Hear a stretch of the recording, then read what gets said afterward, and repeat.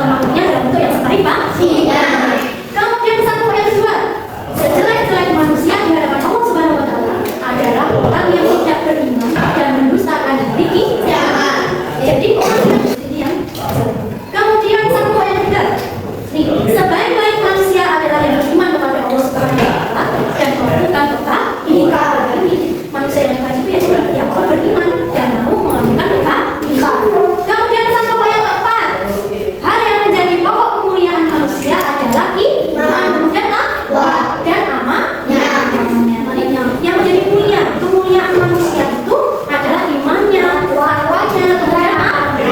Pesan pokok yang kelima, manusia adalah makhluk yang diciptakan Allah Subhanahu wa Ta'ala dalam bentuk yang paling baik atau bagus. Yang tidak, Allah menciptakan manusia mempunyai berapa tangan?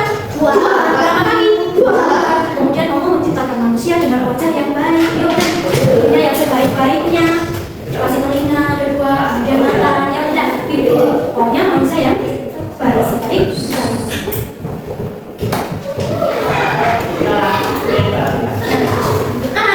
Di dalam surat hadis tadi Allah mengajarkan juga tentang pentingnya silaturahmi. Anak tahu silaturahmi itu apa? Kenapa? Kalau lebaran biasanya datang ke tempat saudara, tidak? Itu namanya silaturahmi, berkunjung ke tempat saudara. Jadi Allah juga apa namanya? Mengajarkan agar manusia itu bersilaturahmi. Supaya apa bersilaturahmi itu? Supaya dapat kemudian umurnya dapat. Siapa yang mau bersilaturahmi? Ada berapa pesan pokok dari Quran surat An-Nisa? Yang belum mau, ya. Lanjut, keutamaan silaturahmi. Ada berapa? 3. Kenapa kita itu harus bersilaturahmi? Nah, ini dia.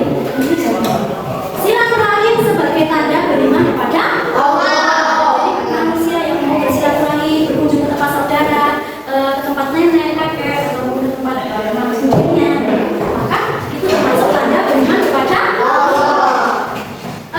Bagi manusia yang tidak mau bersilaturahmi, maka manusia itu tidak mempunyai iman, tidak mau beriman.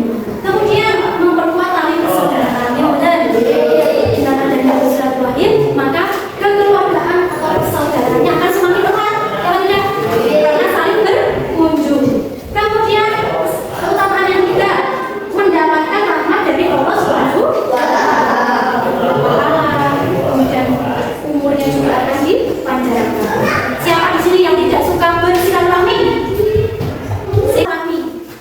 Ya, ada di dalam Quran surat An-Nisa surat 4 ayat 1 yang berbunyi, ya ayyuhan nasu taqu rabbakumul ladzi khalaqakum min nafsin wahidatin wa khalaqa minha zawjaha wa bassa minhuma rijalan katsiran wa nisaa wattaqullaha alladzi tasaaluna bihi wal arham innallaha kana